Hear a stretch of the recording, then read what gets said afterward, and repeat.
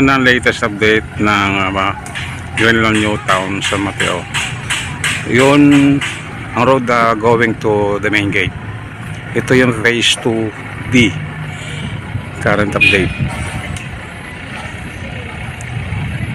Dito naman ang phase 2E. Ayun ang clubhouse sa diretsyon na yan. Ito apart pa rin ang phase 2E. Ongoing na rin ang construction at ang road ay yun, meron na. Yun sa bandang likuran doon, yun ang Armel 8. Ang bayad sa parking ng Nahiya sa unang 2 oras. 25 pesos sa karagdagang oras.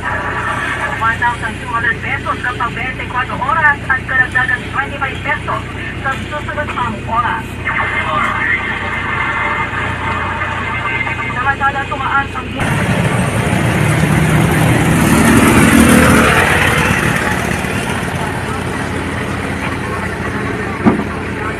Still ongoing ang construction.